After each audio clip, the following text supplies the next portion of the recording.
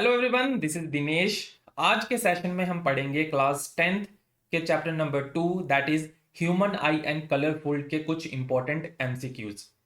इससे पहले मैंने क्लास 10th के फर्स्ट चैप्टर यानी कि लाइट रिफ्लेक्शन एंड रिफ्रैक्शन से कुछ इंपॉर्टेंट एमसीक्यूज आपको करवाए थे, जिसका लिंक आप नीचे डिस्क्रिप्शन बॉक्स में देख सकते हैं। आज हम शुरू करने जा रहे हैं human I and colourful world के कुछ इंपॉर्टेंट एमसीक्यूज। तो चलिए शुरू करते हैं with the question number 1। The question number 1 is a रे diagram of refraction through prism is shown. Locate the angle of prism and the angle of deviation respectively. यहां पे ग्लास प्रिज्म के through एक रे ऑफ लाइट जो है वो refract कर रही है। ठीक है, हमने ये बताना है कि इस रिफ्रैक्शन में एंगल ऑफ डेविएशन और एंगल ऑफ प्रिज्म कौन सा है। ऑप्शन है आपके लिए। ऑप्शन ए इज 9,1, 5, 8, 1, 9 और 9, 8। अगर आप इस डायग्राम को ध्यान से देखें तो मैं आपको यहां पे बता दूं, ये जो रे है दिस वन पी, इसे हम कहते हैं इंसिडेंट रे। ठीक है, this is the incident ray. ठीक है, उसके बाद ये जो रे ग्लास प्रिज्म के ऊपर पड़ के सीधी जा रही है, this one is the refracted रे। This one is the refracted रे एंड दिस वन जो फिर से ग्लास प्रिज्म से बाहर निकल रही है, दिस इज द इमर्जेंट रे। दिस इज द इमर्जेंट रे। ऑल राइट, अब अगर इन्हीं दोनों रेस को, ये जो रे यहां से ग्लास प्रिज्म के ऊपर पड़ेगी, यहां से हम इसको अगर बैक साइड में एक्सटेंड करेंगे और ये जो रे है इमर्जेंट रे, अगर इस रे को भी हम बैक साइड में एक्सटेंड करेंगे तो एक पॉइंट O आएगा जहां पे ये दोनों रेज मिलेंगी, और ये जो एंगल होगा इस एंगल को कहेंगे हम angle of deviation. This angle of deviation, ये वाला जो एंगल होता है, जो नॉर्मल 1, ये नॉर्मल 1 है, ये नॉर्मल 2 है, जो कि परपेंडिकुलर है ग्लास प्रिज्म के साथ। ये जो नॉर्मल और एंगल ऑफ इंसिडेंस के बीच में एंगल बनता है, this is called the angle of incidence. This one is called the angle of refraction. और ये जो एंगल है जो इमर्जेंट रे और नॉर्मल के बीच में बन रहा है, this is the emergent angle of emergent. और ये जो एंगल है this one, angle number 9, this is the angle of deviation. अब हम पूछा क्या है, locate the angle of prism. अब एंगल ऑफ प्रिज्म भी पूछा है, तो एंगल ऑफ प्रिज्म कौन सा है, this one. Angle of prism ये 1 है, 2 भी हो सकता है, ये वाला एंगल ए भी हो सकता है, एंगल सी भी हो सकता है, लेकिन यहाँ पे गिवन हमें डायग्राम के अंदर ये 1 दिया है, तो सही ऑप्शन क्या आएगा, एंगल ऑफ प्रिज्म कौन सा है, 1। एंगल ऑफ प्रिज्म 1 है और एंगल ऑफ डेविएशन कौन सा है, 9 है। तो कौन सा ऑप्शन सही है, option number C is the right option. ठीक है, तो C is the right option. Move to our next question. Question number 2 is prism is a homogeneous transparent medium consisting of 2 rectangular and triangular faces. Sorry, यहां पे and यहां पे आएगा 3 triangular faces. 3 triangular faces. तो देखते हैं इसके options क्या हैं। ट्रू, फॉल्स, कांट से, और पार्शली ट्रू और फॉल्स। क्वेश्चन क्या पूछा है, जो ग्लास प्रिज्म होता है, ठीक है, ग्लास प्रिज्म आपने देखा ही होगा, इस तरह का कुछ होता है ग्लास प्रिज्म।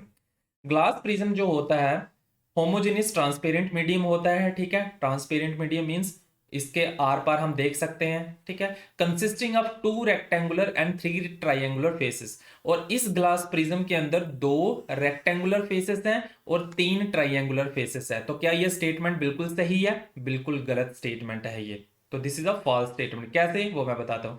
तो अगर आप इस प्रिज्म को ध्यान से देखें, ठीक है, तो इसमें 2 ट्राइंगुलर फेसेस आते हैं। कौन सा है, एक ट्राइंगुलर फेस ये वाला, अगर आप ध्यान से देखें, दिस वन, ये एक ट्राइंगुलर फेस है।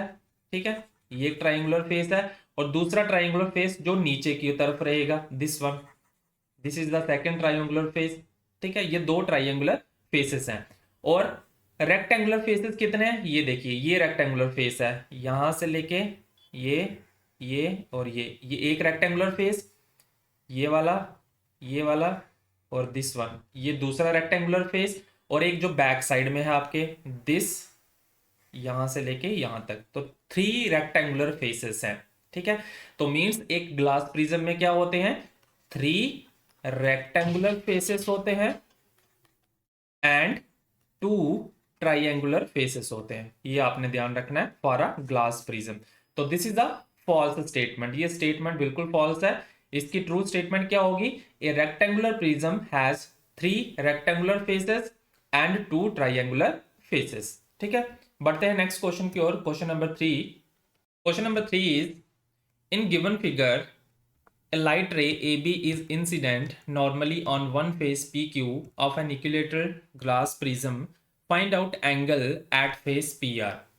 क्वेश्चन क्या दिया है कि एक लाइट रे है AB जो कि फेस PQ के ऊपर इंसिडेंट हो रही है। ठीक है, ये लाइट रे है एक AB, स्ट्रेट है, बिल्कुल स्ट्रेट लाइन है, जो कि ग्लास प्रिज्म के फेस PQ के ऊपर इंसिडेंट हो रही है, PQ के ऊपर पड़ रही है। Find out angle at face PR। हमने क्या फाइंड करना है कि PR के ऊपर यही सेम लाइट रे जो है वो कितना एंगल बनाएगी। तो अगर ये लाइट रे बिल्कुल सीधी है, ठीक है, बिल्कुल सीधी स्ट्रेट लाइन है ये, तो किसी भी ग्लास प्रिज्म के ऊपर, अगर इसी ग्लास प्रिज्म, अगर यहाँ पे मैं रफ में एक ड्रॉ करता हूं, अगर इस तरह से ग्लास प्रिज्म है, तो लाइट रे कब रिफ्लेक्ट करती है? जब वो थोड़ा सा एंगल बनाएगी। जैसे ये एक लाइट रे पड़ रही है, यहाँ पे इंसिडेंट रे है, तो नॉर्मल जो होता है वो क्या होता है? परपेंडिकुलर होता है टू द ग्लास प्रिज्म, इस तरह से। तो जब ये बनाएगी तो ये वाला एंगल इंसिडेंट एंगल बनेगा। लेकिन अब यहाँ पे लाइट रे AB बिल्कुल स्ट्रेट है, ठीक है, स्ट्रेट है मींस नॉर्मल भी इसी के ऊपर है, तो यहाँ पे एंगल ऑफ इंसिडेंस क्या हो जाएगा? 0। अगर एंगल ऑफ इंसिडेंस 0 है तो एंगल ऑफ रिफ्रैक्शन भी क्या होगा? 0। तो मींस ये स्ट्रेट लाइन बिल्कुल सीधी पास आउट कर जाएगी। जब ये ग्लास प्रिज्म के फेस PR के ऊपर पहुंचेगी तो यहां से फिर ये रिफ्रैक्ट करेगी। ठीक है, यहां से फिर ये रिफ्रैक्ट करेगी। अब रिफ्रैक्ट करेगी तो यहां पे एक नॉर्मल हम ड्रॉ करेंगे। ठीक है, इस तरह से ये एक नॉर्मल आ गया N1। अब नॉर्मल ड्रॉ किया तो देखिए ये ग्लास प्रिज्म के अंदर से भी यहां पे भी 90 डिग्री का एंगल बना रहा है। ठीक है, बिल्कुल सीधी लाइन है, तो ये इस फेस PQ के साथ ये जो लाइन है ये 90 डिग्री का एंगल बनाएगी। तो अगर ये 90 डिग्री है और ये अंदर वाला 60 डिग्री है, तो ये वाला एंगल कितना होगा? ये कितना होगा? 30 डिग्री होगा, क्योंकि sum of equilateral triangle is equal to 180 degree. तो 90 plus 60 plus 30 is equal to 180 degree. तो ये वाला एंगल 30 डिग्री का होगा। ठीक है, अब ये जो रे ऑफ लाइट जा रही है ये अंदर से टोटल इंटरनल रिफ्लेक्शन होगा कुछ इस तरह से, यहां से ये इस तरफ भी बेंड करेगी। तो अगर ये वाला एंगल 30 डिग्री है तो इसके कॉरस्पॉन्डिंग एंगल ये वाला कितना होगा? ये भी 30 डिग्री होगा।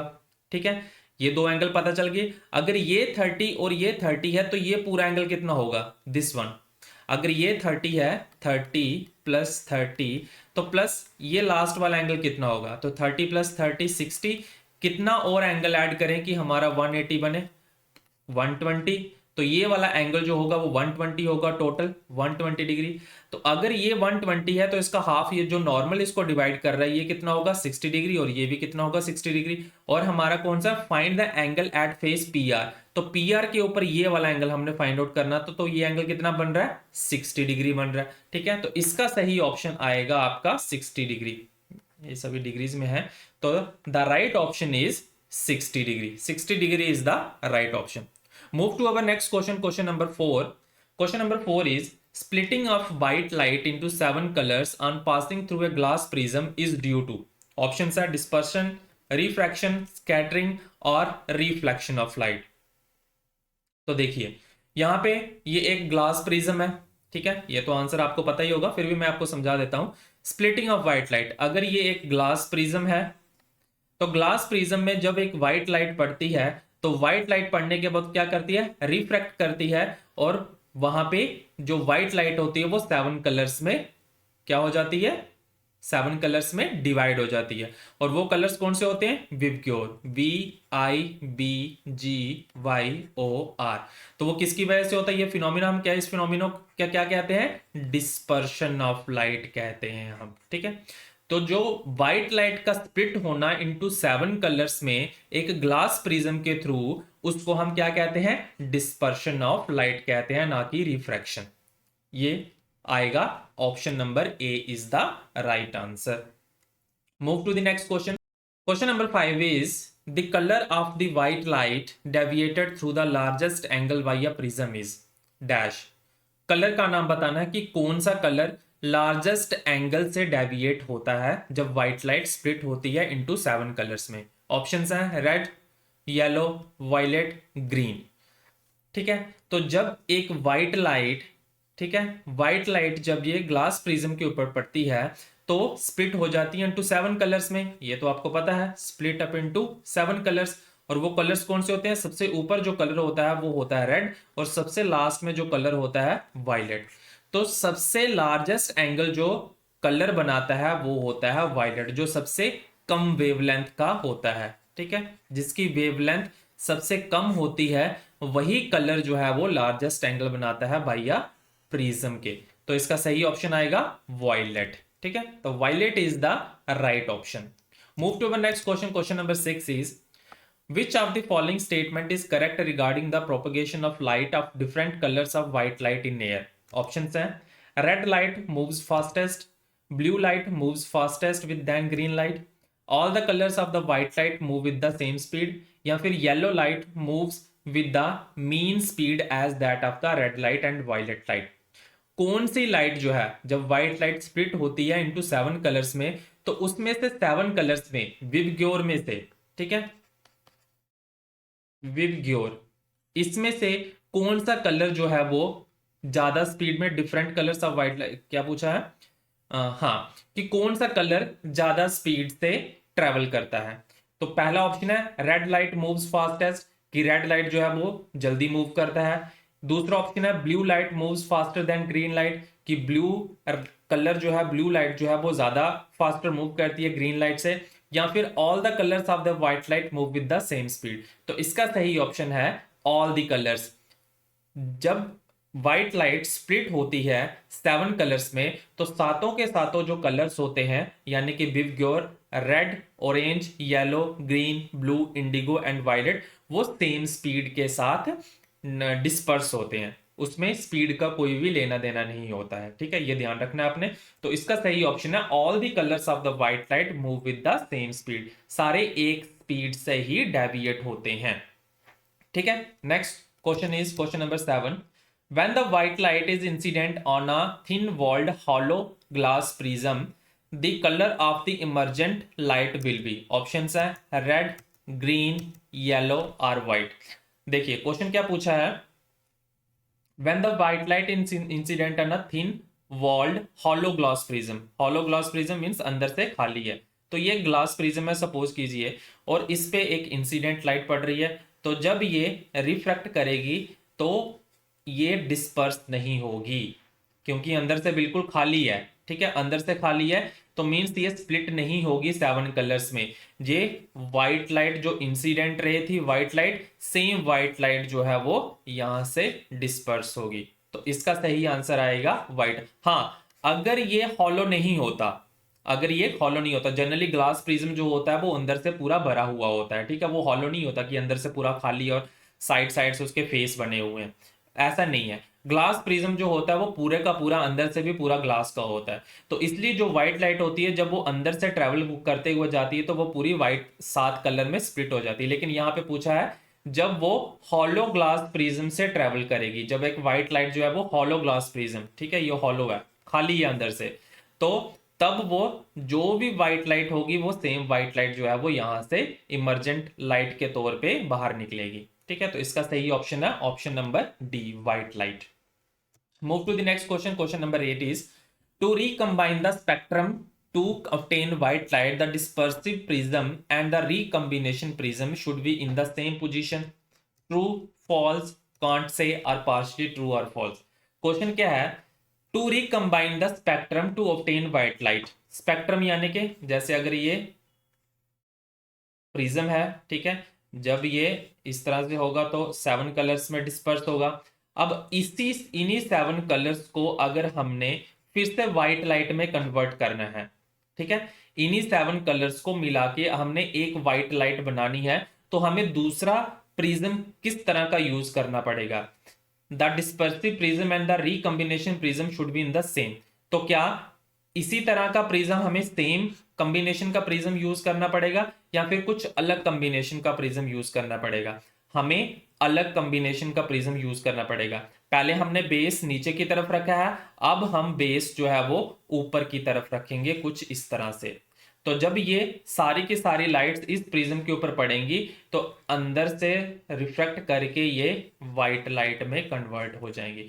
तो मींस जो हमें रिकम्बिनेशन करना पड़ेगा प्रिज्म का वो क्या होगा, उल्टा होना चाहिए। ठीक है, अगर ये हमारा डिस्पर्सिव प्रिज्म है तो जो दूसरा प्रिज्म यूज करेंगे व्हाइट लाइट में स्प्लिट करने के लिए वो कौन सा होना चाहिए, इसके बिल्कुल उल्टा होना चाहिए। मींस इसका बेस नीचे की तरफ है तो उसका बेस जो है वो ऊपर की तरफ होना चाहिए, इन द अपवर्ड डायरेक्शन में होना चाहिए। तो ये स्टेटमेंट फॉल्स है। ठीक है, this is the false statement. Move to our next question. Question number 9 is which of the following phenomena of light are involved in the formation of a rainbow? Options हैं reflection, refraction and dispersion, refraction, dispersion and outer reflection, refraction, dispersion and internal reflection, या फिर dispersion, scattering and total internal reflection. कौन सा phenomena है जिसकी वजह से rainbow जो है वो बनता है? तो जैसे यानी यहाँ पे मैंने एक डायग्राम बनाई हुई है। तो रेनबो कब बनती है, जब सनलाइट और बारिश एक साथ हो रही हो। ठीक है, और सन आपके बैक को फेस कर रहा हो और रेनबो कहां पे होता है, आपके फेस के सामने। तो जैसे ये क्या है, रेन ड्रॉपलेट है, ये रेन ड्रॉपलेट है। तो जब सन की रोशनी जो है वो इस रेन ड्रॉपलेट के ऊपर पड़ती है, ठीक है, तो इस रेन ड्रॉपलेट के जब अंदर लाइट जाती है तो यहां पे क्या होता है, रिफ्रैक्शन होती है। यहां पे लाइट जो है वो बेंड कर जाती है। ठीक है, एक्चुअल उसकी पोजीशन क्या थी, ये थी, लेकिन यहां से बेंड करके वो इस साइड में आ गई।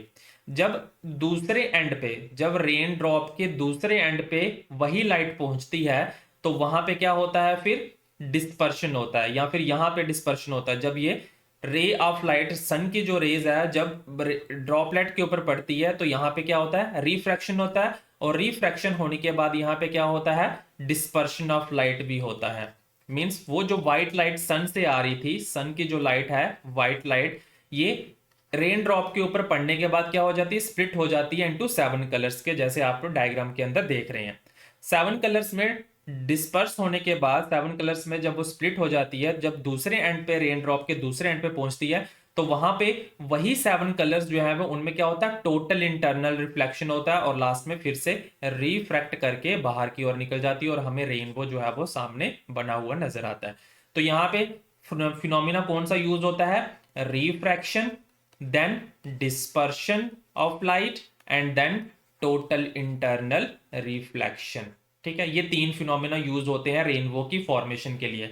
तो इसका सही ऑप्शन आएगा option number C, refraction, dispersion and total internal reflection, या फिर इंटरनल रिफ्लेक्शन। ठीक है, ध्यान रखिए, जब सन की व्हाइट लाइट रेन ड्रॉप के ऊपर पड़ती है तो रेन ड्रॉप पे पड़ने के बाद वो क्या करती है, पहले रिफ्रैक्ट करती है, रिफ्रैक्ट होने के बाद वो डिस्पर्स हो जाती है इनटू 7 कलर्स। जब दूसरे एंड पे, रेन ड्रॉप के दूसरे एंड पे पहुंचती है, अंदर ही अंदर को, अंदर से फिर टोटल इंटरनल रिफ्लेक्शन होता है, और टोटल इंटरनल रिफ्लेक्शन होने के बाद वो लास्ट में फिर से रिफ्रैक्ट करती है। तो यहां पे ऑप्शन आएगा C, option C is the right option, refraction, dispersion and internal reflection. Move to the next question. Question number 10 is twinkling of stars is due to atmospheric. Twinkling of stars किसकी वजह से होता है? ये तो आपको options पता होंगे। Dispersion of light by water droplets, refraction of light by different layers of varying refractive index, scattering of light by the dust particles, या फिर internal reflection of the light by clouds। तो देख लेते हैं किसकी वजह से होता है।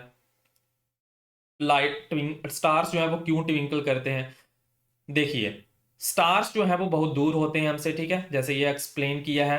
तो स्टार्स से जो लाइट आती है, जैसे ये लाइट जो है वो स्टार से होते हुए आ रही है, तो जब वो अर्थ के एटमॉस्फेयर में पहुंचती है, ये अर्थ का एटमॉस्फेयर है। ठीक है, ये जो येलो कलर में है ये सारा क्या है, अर्थ का एटमॉस्फेयर है। तो जब वो अर्थ के एटमॉस्फेयर में पहुंचती है तो अर्थ के एटमॉस्फेयर में अलग अलग डेंसिटीज की, एयर की डेंसिटी अलग अलग होती है, या फिर हम कह सकते हैं कि अलग अलग रिफ्रैक्टिव इंडेक्स होता है वहां पे एयर का। तो जैसे वो अर्थ के एटमॉस्फेयर में पहुंचती है तो वहां पे क्या होना शुरू हो जाता है, रिफ्रैक्शन होना शुरू हो जाता है। वो जो लाइट रे हैं वो रिफ्रैक्ट करते जाती हैं। ठीक है, कभी रेयर से डेंसर में जाएंगी, कभी डेंसर से रेयर में जाएंगी, फिर से डेंसर से रेयर, रेयर से डेंसर में जाएंगी, और जब वो हमारी आंखों तक पहुंचती हैं, ये अर्थ है, ठीक है, अर्थ के ऊपर हम है, तो जब वो हमारी आंखों के ऊपर पहुंचती हैं तो वो स्टार्स जो है वो हमें ट्विंकल करते हुए नजर आ जाते हैं। तो ये जो ट्विंकलिंग ऑफ स्टार्स है ये किसकी वजह से होता है? Due to the atmospheric refraction of light. तो option number B is the correct option. ठीक है, B is the correct option. Move to the next question. Question number 11 is it really true or a myth that stars appear higher than they actually are? If yes, then which phenomena is responsible for it? क्या ये सही है या सिर्फ एक myth है कि stars जो हैं वो हायर अपीयर होते हैं, मींस हमें दूर नजर आते हैं जबकि वो दूर नहीं है, देन दे एक्चुअली आर? अगर ये फिनोमिना सही है तो कौन सा फिनोमिना, अगर ये स्टेटमेंट जो है वो ट्रू है तो इसके लिए कौन सा फिनोमिना रिस्पॉन्सिबल है? ऑप्शंस देख लेते हैं। It is a myth, yes refraction of light, yes atmospheric refraction, yes dispersion of light. इसका सही ऑप्शन है refraction of light. The question number 12 is which phenomena is depicted in the diagram given below? Early sunrise and late sunset, change in shape of the sun during sunrise and the moon, both A and B or neither A or B? ये diagram है।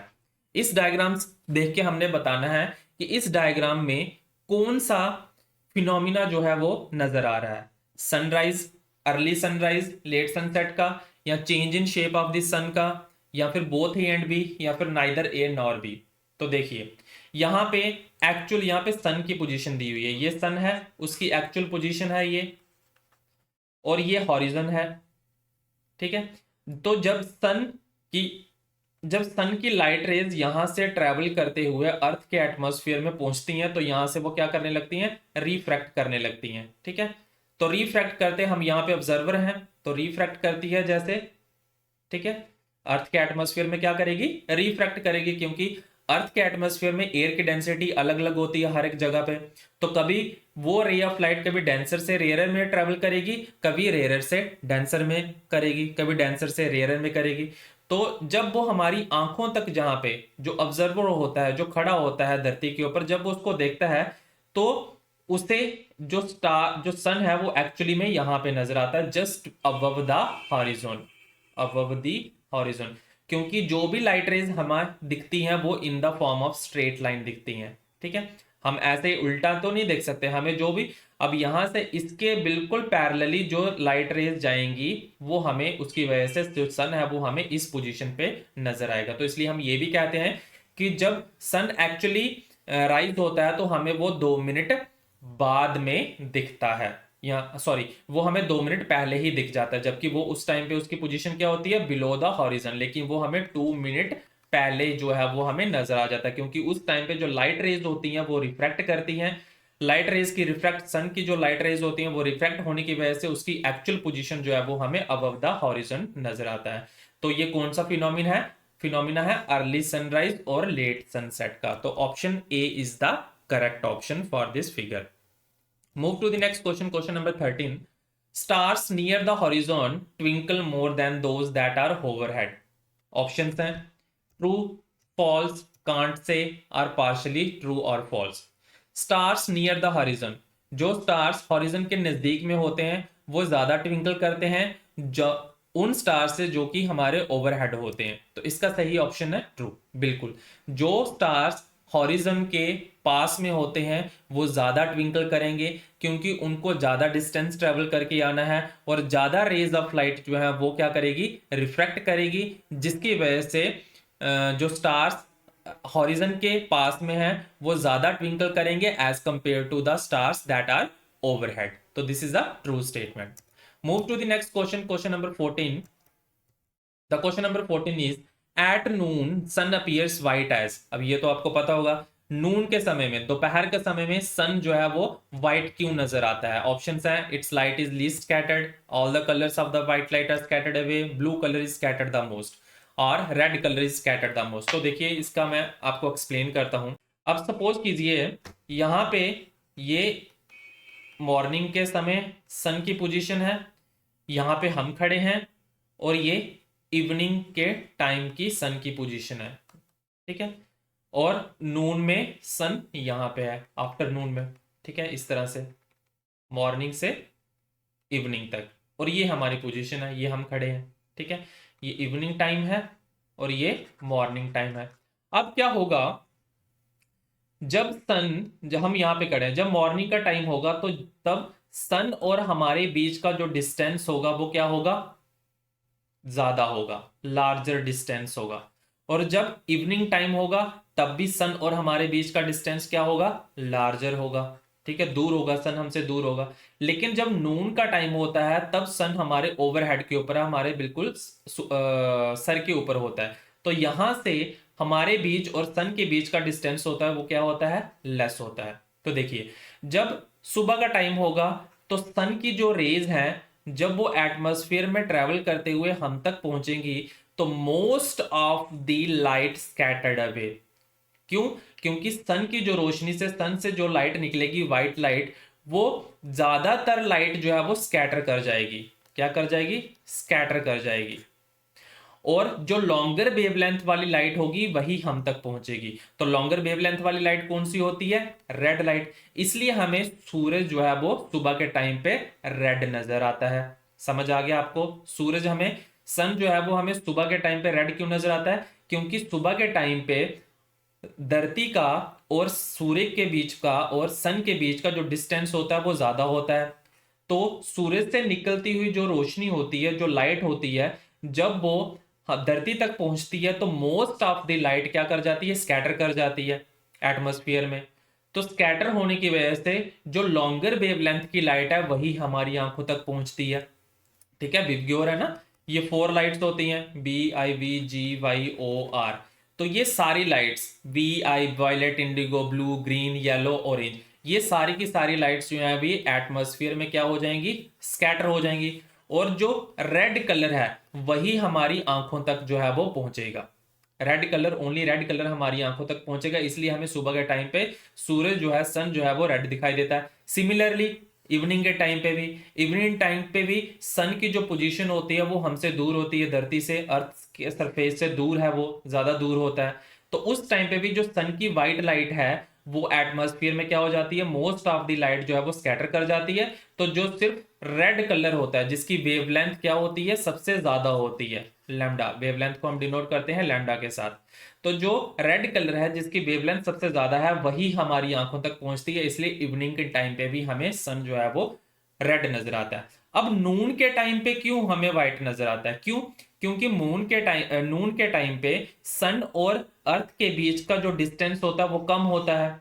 अगर सन और अर्थ के बीच का distance कम है तो जो light होगी वो ज्यादा स्कैटर नहीं करेगी।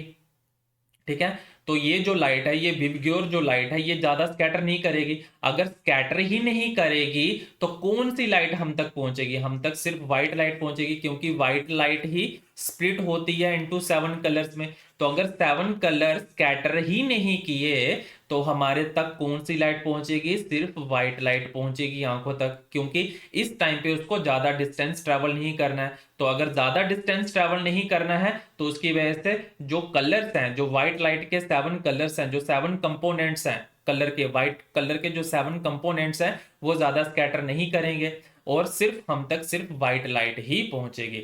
इसलिए नून के समय में, आफ्टरनून में जो सन होता है वो हमें व्हाइट अपीयर होता है। तो इसका सही ऑप्शन क्या आएगा, it's light is least scattered, क्योंकि नून के समय में जो सन की लाइट होती है वो कम स्कैटर करती है as compare to morning and evening.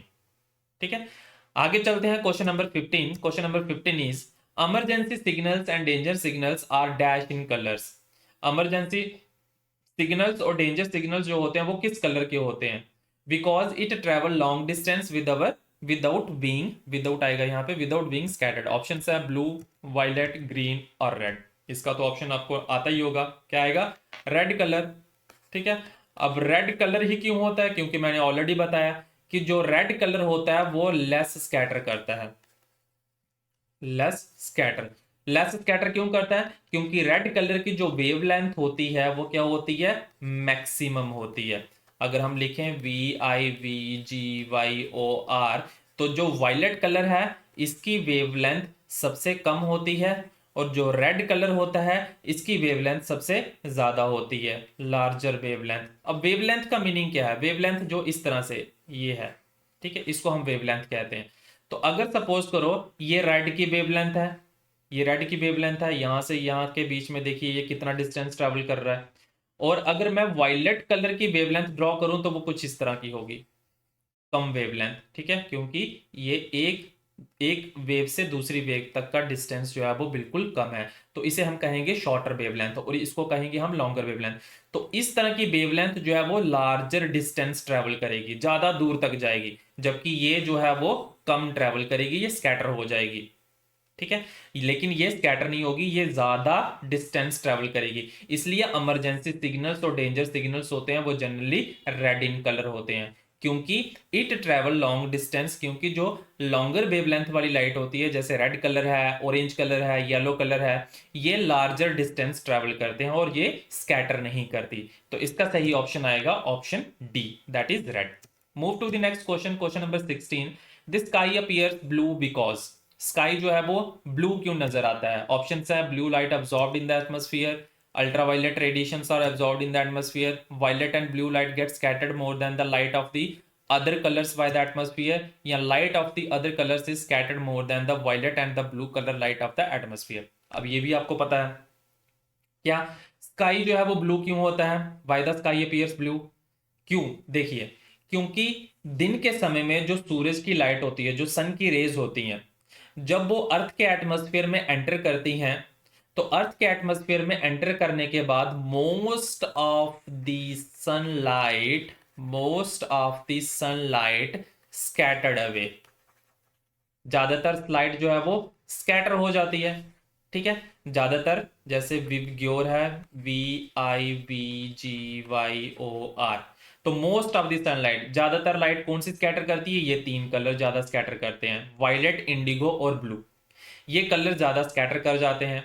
तो जब ये कलर ज्यादा स्कैटर करेंगे तो ये पूरे एटमॉस्फेयर में फैल जाएंगे, ये कलर, ब्लू कलर जो है वो पूरे एटमॉस्फेयर में फैल जाएगा, तो जिसकी वजह से हमें स्काई जो है वो ब्लू नजर आएगा, ठीक है, जिसकी वजह से हमें स्काई जो है वो ब्लू नजर आता है, क्योंकि मोस्ट ऑफ द सनलाइट जो है वो स्कैटर कर जाती है, ब्लू कलर जो है वो ज्यादा स्कैटर करता है, वायलेट, इंडिगो और ब्लू कलर जो है वो ये ज्यादा स्कैटर करते हैं, जिसकी वजह से सूरज हमें ज्यादा सूरज सॉरी जिसकी वजह से स्काई हमें ब्लू नजर आता है। तो इसका सही ऑप्शन आएगा option number C, violet and blue light get scattered more than the lights of the other colours by the atmosphere. Alright, move to the next question, question number 17। The orange reddish appearance of the sunrise and sunset is because of, ये मैंने already बताया, sunset और sunrise के time पे जो सन होता है वो ऑरेंज रेडिश क्यों नजर आता है? क्यों? पहले क्वेश्चन में भी मैंने बताया, ये पोजीशन हमारी है, ये सन की पोजीशन है सनराइज और सनसेट के टाइम पे।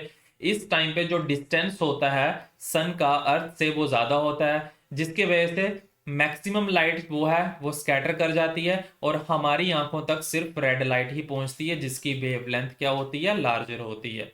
लार्जर वेवलेंथ वाली लाइट जो है वो हमारी आंखों तक पहुंचती है।